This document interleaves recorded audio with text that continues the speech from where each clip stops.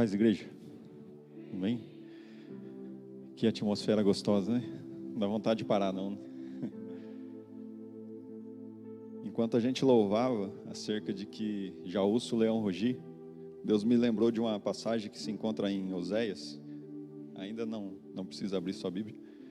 Em Oséias 6:11 diz, 6:10: Pois um dia meu povo me seguirá, e eu, o Senhor, rugirei como leão, e quando eu rugir, meu povo retornará tremendo desde o oeste. O leão está rugindo, você crê?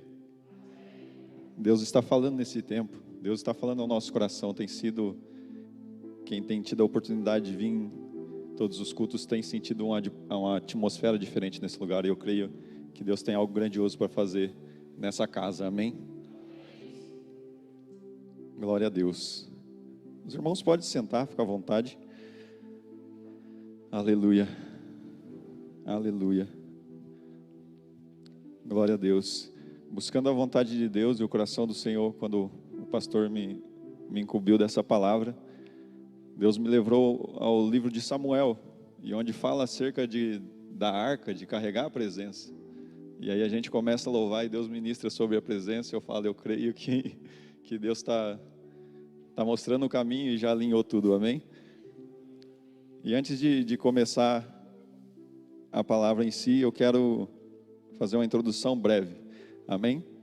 Nós entendemos que no Antigo Testamento, Deus falava com o homem, amém? Você vai ler o Antigo Testamento e você vai ver Deus falando com Abraão, Deus falando com Moisés, Deus falando com Adão. Então era Deus com o homem, amém? E aí vem o Novo Testamento, Jesus vem, e agora lá em João está escrito que ele se fez verbo, o verbo habitou entre nós. E agora era o Deus Pai no Antigo Testamento, agora é o Deus Filho, e ele está agora entre nós. Então era Deus conosco, e agora é Deus entre nós, em forma do seu Filho. E aí vem então, Jesus, ele é assunto aos céus, e ele promete que virá o Espírito. Em Atos 2 o Espírito desce, e agora é Deus em nós, amém?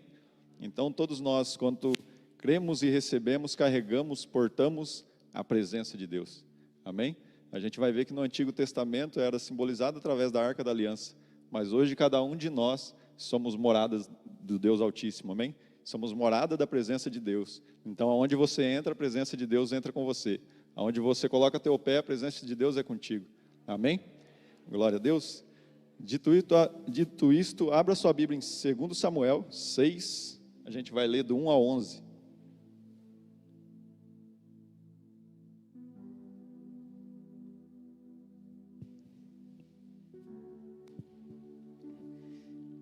Segundo Samuel 6, do 1 a 11.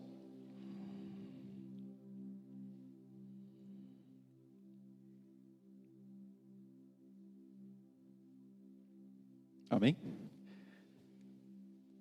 Davi traz para Jerusalém a arca. Tornou Davi a juntar todos os escolhidos de Israel, em número de 30.000.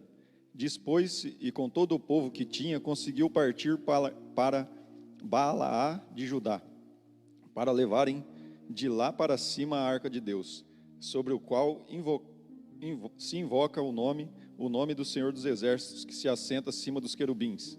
Puseram a arca de Deus num carro novo, e levaram da casa de Abinadab, que estava no outeiro, e Uzá e Aio, filhos de Abinadab, guiavam o carro.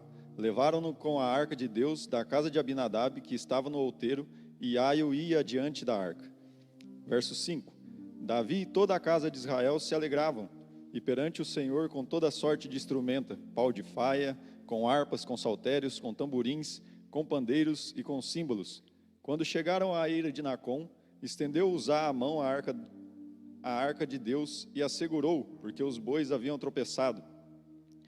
Então a ira do Senhor se acendeu contra Uzá, e Deus o feriu ali por esta irreverência, e morreu ali junto à arca de Deus. Desgostou-se Davi, porque o Senhor irrompera contra Uzá, e chamou aquele lugar de Perez Uzá até o dia de hoje. Temeu Davi ao Senhor naquele dia e disse: como virá a minha arca do Senhor? Não quis Davi retirar para junto de si a arca do Senhor para a cidade de Davi, mas fez levar a casa de Obed-edom, o geteu. Ficou a arca do Senhor na casa de Obed-edom, o geteu, 3 meses, e o Senhor abençoou toda a sua casa. Amém? Glória a Deus. Não feche a tua Bíblia, se possível, deixe ela aberta. A gente vai ainda falar muito nessa passagem. Amém? Quando eu leio essa passagem, eu já tive a oportunidade de algumas vezes falar dessa passagem, e é interessante, cada vez ela desperta algo novo, ela traz algo diferente.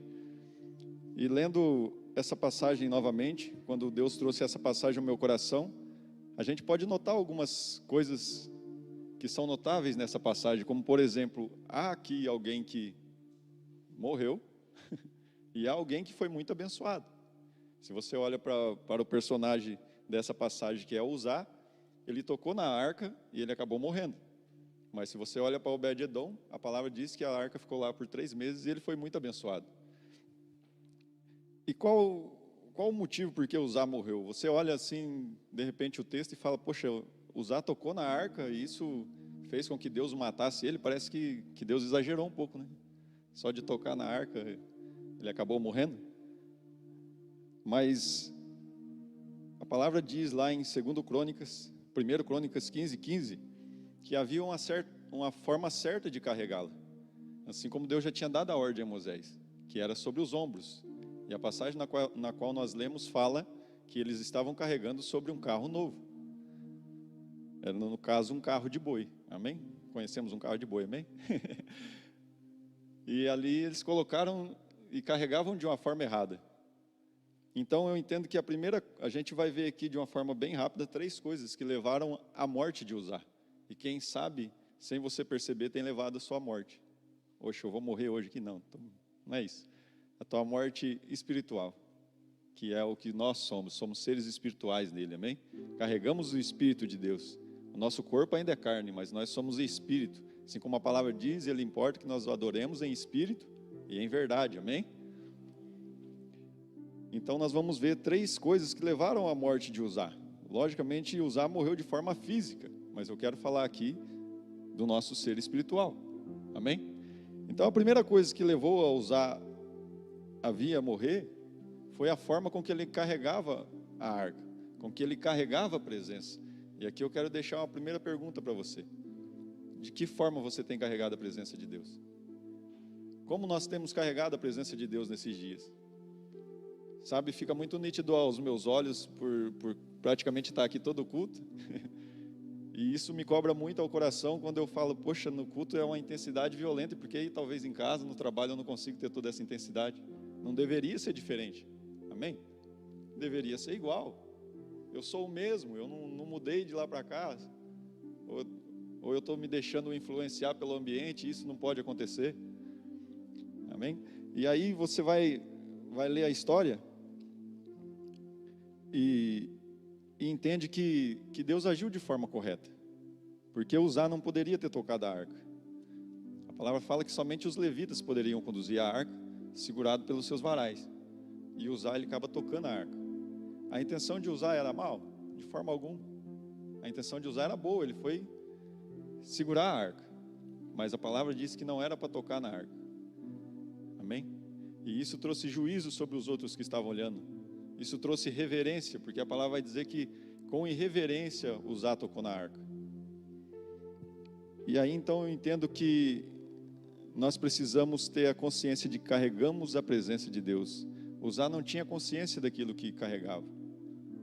Ele era filho de Abinadab, como a palavra falou, e ele nasceu junto à arca. A palavra fala que para carregar a arca tinha que ser entre os 30 e 50 anos. Então quando a arca chegou na casa de Uzá, e a palavra fala que ela ficou ali por 20 anos, ele ainda era menino.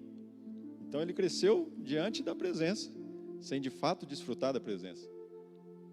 E quem sabe nós estamos assim, nós temos vivido uma vida perto da presença, até convivemos com ela, mas não desfrutamos dela, porque nos falta o entendimento daquilo que estamos carregando. E quando eu falo isso, eu quero um pouco mais profundo e te trazer de que nós precisamos estar conscientes daquilo que carregamos quando estamos fora daqui também. De vez em quando acontece algo que você pode trazer uma resposta e você se cala, porque você esquece daquilo que você está carregando. Como, por exemplo, você chega num lugar de conflito, de que há discussões, e você carrega a presença de Deus, do Deus que é o príncipe da paz. E por que a paz não se manifesta naquele lugar? Porque nós esquecemos daquilo que estamos carregando. Você chega num lugar onde está em escassez, e você carrega a presença daquele que é dono do ouro e da prata. Quando o mendigo pede para Pedro algumas moedas, e ele fala: isso eu não tenho, mas o que tenho eu te dou. Em nome de Jesus, levanta e anda, né? E o homem passa a ter vida. Então eu entendo que a gente precisa estar consciente daquilo que carregamos, em todo o tempo. É fácil? Não, porque o mundo vem em todo o tempo tentar nos distrair, nos tirar a atenção de Deus. E somos cheios de coisas durante todos os dias, toda hora, é muita coisa para fazer. E quando a gente vê, a presença de Deus está igual estava na casa de Abinadab. Era só mais um utensílio da casa. E não é de fato posto no lugar correto, como a presença de Deus em nossa vida. Você passa diante de alguém que está enfermo, e você sabe que ele cura, mas você não põe a mão e ora. Você não manifesta a presença que tu carrega, entende? Então nós precisamos estar conscientes daquilo que carregamos. A palavra fala, e nós já falamos aqui milhares de vezes, a criação aguarda ansiosamente a manifestação dos filhos. Mas se nós que somos filhos, que dizemos carregar a presença, não manifestamos, quando é que ela virá? Eu sei que vai ser difícil sair um amém hoje, mas vai sair em nome de Jesus. Glória a Deus. Nós precisamos estar cientes da presença.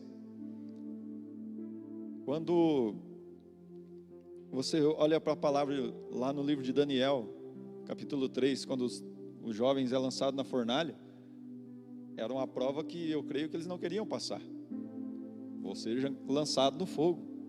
Mas a certeza da presença, quando o rei Nabucodonosor diz a ele: vocês têm certeza do que vocês estão fazendo? E eles falam: olha, se meu Deus quiser nos livrar, Ele vai nos livrar. Se Ele não quiser, nós não vamos adorar o teu Deus mesmo assim. Ele tinha certeza daquilo que eles carregavam. E eu fico a imaginar a experiência que eles tiveram dentro do fogo. Porque andar com Jesus eles já andavam, mas dessa vez eles estavam caminhando num lugar diferente, era dentro do fogo. E a autoridade tamanha que eles saíram ali de dentro, por entenderem aquilo que carregavam e manifestar aquilo que carregavam. Amém? Então nós precisamos estar cientes daquilo que carregamos, em todo o tempo, e não nos encontrarmos indiferentes à presença de Deus. Eu quero desafiar, quando você sair daqui hoje, a todo tempo você está com tua mente entendida de que você carrega a presença de Deus. Se você amanhã for para o teu trabalho e falar: poxa, eu estou indo para aquele lugar de novo e lá está um ambiente ruim, você carrega a presença capaz de mudar aquele lugar. Amém? Somos portadores de algo tão poderoso e que às vezes nós limitamos por não entender.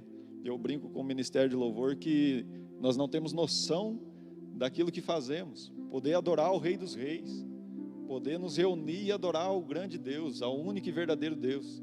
Se nós tivéssemos noção disso.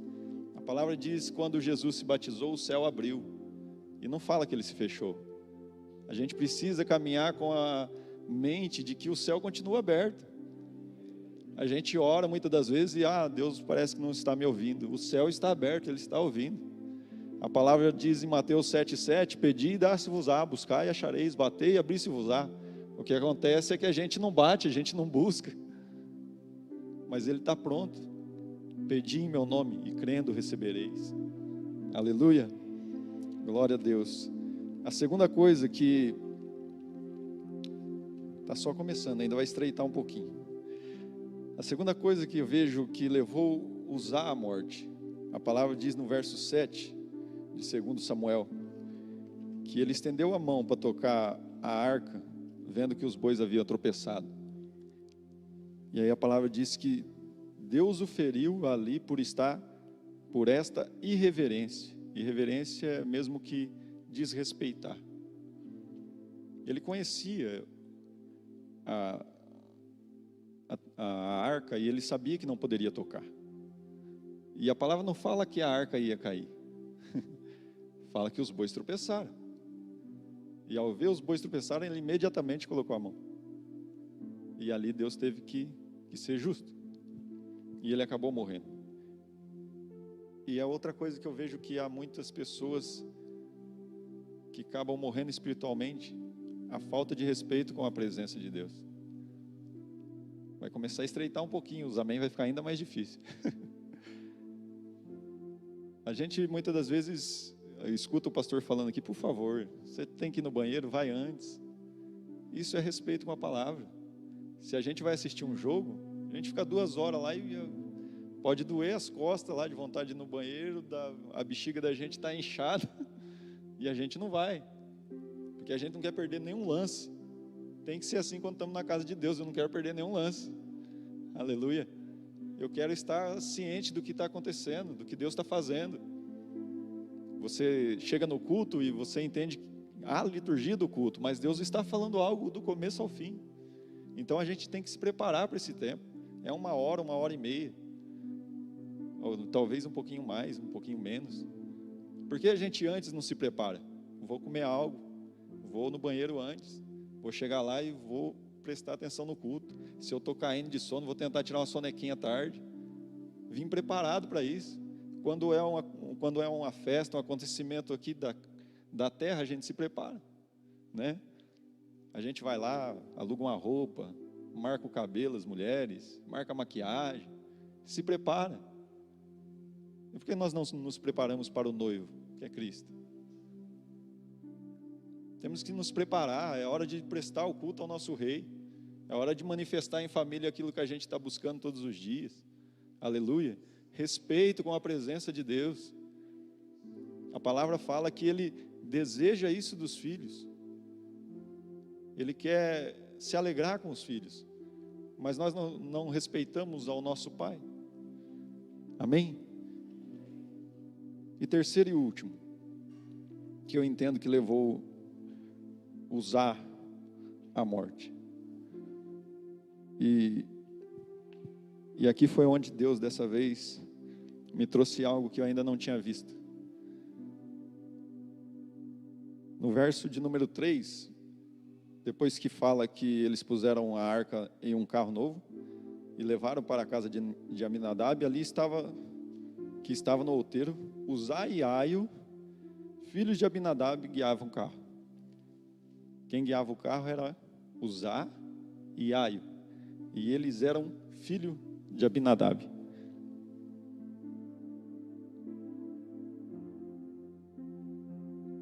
E agora vai estreitar para o nosso lado. Uzá era filho de Aminadab. E como eu já falei, a arca ficou na casa de Aminadab 20 anos. E a terceira e última coisa que eu entendo que acabou ocasionando a morte de Uzá foi a negligência do seu pai. E nós vemos muitos morrendo hoje por negligência do pai. Negligência de Deus? Não. Deus não deixou de ser Deus e nunca deixará. Mas nós vemos jovens, a gente caminha perto de jovens, e jovens esfriando e muitas vezes morrendo espiritualmente, porque os pais, tanto da casa quanto espirituais, negligenciam a presença de Deus. Abinadab, ele era irmão de Davi, ele era um levita, ele sabia que não podia tocar na arca, ele poderia ter inculcado Uzá e falar, não toque de forma alguma, senão você vai morrer. E aqui eu quero estreitar um pouquinho mais acerca dos pais. Você tem inculcado o teu filho? Você tem sentado, olhado nos olhos do teu filho e falado com ele? Porque aqui vai uma dura realidade, se tu não fala, o mundo fala. Se tu não senta para ensinar teu filho, o mundo ensina de alguma forma. A maior dificuldade que a gente tem quando lida com jovens é falar acerca de sexualidade. E aí se eu falo alguma coisinha relacionada a isso, eles se espantam, ficam com os olhos arregalados e parece que nunca ouviram. Quando eu sei que eles já ouviram e já fizeram muita coisa errada. Porque é assim, quando a gente não recebe o ensino, a gente busca pela nossa própria força, busca pelo nosso próprio entendimento, e infelizmente o ensinamento que o mundo tem a oferecer não é o que a Bíblia ensina. Você tem sentado com o teu filho, abrido a Bíblia junto com ele, tirado as dúvidas do coração do teu filho, gastado um tempo com ele, A gente vê realidades complicadas hoje, onde pais pegam desde crianças pequenininhas, 4, 3, 5 anos, aprendem a mexer no celular, o pai entrega o celular na mão da criança, e eu preciso descansar. Você já viu alguém colher algo sem que plante, sem que gaste tempo com aquilo, sem que invista naquilo? E aí a criança cresce, e aí você quer cobrar ela. Ela também carrega a sua parcela. Mas entenda uma coisa, 20 anos a arca ficou na casa de Abinadab. 20 anos Abinadab teve acerca da arca para falar com seus filhos. E aí depois fala que a arca foi para a casa de Obed-edom e ficou 3 meses e ele foi muito abençoado. Às vezes você está na caminhada já há muito tempo e você ainda não desfrutou dessa presença. E você ainda não sentou com teu filho e falou dessa presença para ele. Você tem estimulado teu filho ao quê? Sabe, eu amo o que eu faço, eu trabalho com construção. E desde pequeno eu caminhei do lado do meu pai. E ele causou em mim essa vontade de aprender isso. Ele estimulou isso em mim de tal ponto que eu não queria mais nada. E é isso que temos que fazer com os nossos filhos. Estou falando aqui profeticamente. Mas acerca daqueles que andam com a gente, estimulá-los a ter experiência com Deus.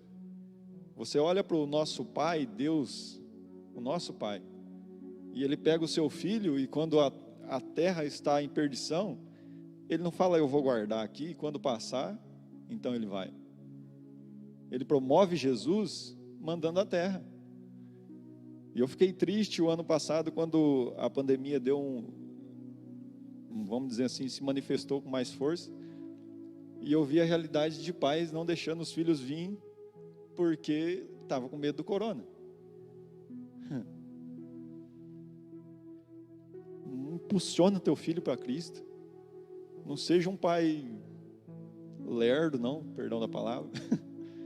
Impulsiona teu filho para Cristo. Tira uma horinha do teu dia para falar, filhão, como é que você está?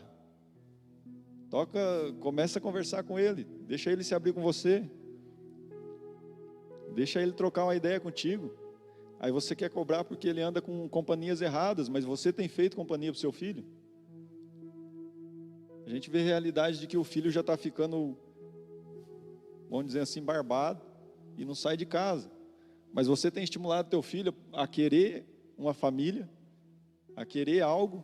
Você tem amado a tua esposa a ponto do teu filho olhar e falar assim, eu quero ter uma esposa e amar como meu pai ama minha mãe. Ou eu quero ter um esposo e amar como a minha mãe ama meu pai. Sabe, a gente é bom em empunhar culpa nos outros, apontar o dedo e mostrar a falha dos outros. E aí depois que o filho cresce, fala, eu sabia que ele não tinha jeito. Mas você é a primeira pessoa que ele conheceu na vida. Se não foi você, foi a sua esposa ou o seu esposo. E você tem a responsabilidade, assim como o pastor sobre a vida da Yasmin. É o primeiro homem que a Yasmin conheceu na vida, é o pastor. E se ele não mostrar para ela o que é ser um homem, a imagem de Cristo, se ele não fizer com que ela se apaixone pela presença, pode ser que ela se apaixone por outras coisas. Entende a responsabilidade que carregamos? E às vezes a gente quer tirar isso das nossas costas. Abre sua Bíblia comigo em Oséias 4.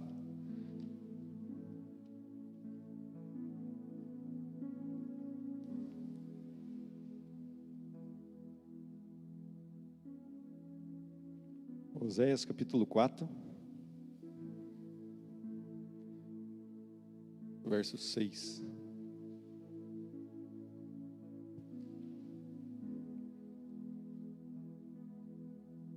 Amém?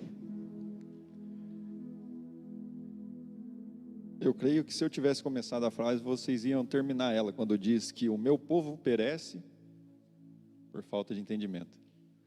Mas a gente precisa continuar lendo. E a continuação dessa frase desse verso, diz, porque tu, sacerdote, rejeitaste o conhecimento, eu também rejeitarei, para que não sejais sacerdote diante de mim. Visto que esqueceste da lei de Deus, também me esquecerei dos teus filhos. Deus está falando a quem aqui? Ao sacerdote. O sacerdote da nossa casa somos nós, os homens, os pais. Logicamente, cada um tem seu sacerdócio diante de Deus, sua vida de oração. Mas Deus aqui está falando aos sacerdotes, aos pais. Sabe, quando eu era criança, e eu creio que muitos aqui vão se lembrar, só a forma com que o pai da gente olhava para a gente já sabia o que ele queria dizer. A gente costumava dizer que a gente foi criado com rédea curta, né? Pertinho. Não afrouxava, não tinha... E glória a Deus por isso. Porque a gente vê que o tempo foi passando e essa rédea foi se soltando da mão. E aí, às vezes, a gente deixa de falar porque a gente não quer magoar. A gente deixa de corrigir porque acha que é meu filhinho, não posso falar. Tem que cuidar e não posso deixar que nada o atinja. E não é assim. Se ele anda junto de ti, se ele sabe o que você faz, qual seria a tua decisão diante do mundo, diante daquilo que é lhe proposto nos dias de hoje. E eu quero falar aqui como alguém que pede a você nesse dia que olhe para a juventude. Se você tem inculcado e tem sido exemplo para que a juventude olhe para você e fale, olha, eu posso caminhar como ele caminha. E eu te desafio a isso, porque a juventude é carente, ela carece de referências, ela carece de pessoas que realmente vivam a presença, entendidos da presença e que manifeste essa presença de Deus. Amém? Então, nós precisamos entender de que Deus está falando com nós, os sacerdotes, os pais dessa geração. E se você, quando eu falo pais, parece que eu estou falando só para os homens, mas você, mulher que carrega alguém, que cuida de alguém, você é um pai espiritual. Amém? Então promova essa pessoa para Cristo, promova ela a ter vida com o Senhor, ter experiências com a presença de Deus, porque a gente procura estimular isso, porque sabe que quando você verdadeiramente tiver uma experiência com Deus, o pastor não vai precisar ficar falando para tu ler a Bíblia, não precisar ficar falando para que tu venha na oração. Teu coração arde por isso, teu coração queima por isso. Amém? Glória a Deus. Aleluias. A palavra ainda diz em Provérbios 22:6, ensina a criança no caminho que deve andar. Ela não diz ensina o caminho, nem diz ensina em que caminho, mas no caminho. É acerca de andar junto, é acerca de estar do lado. Amém? Glória a Deus. Quero te convidar a já se colocar de pé.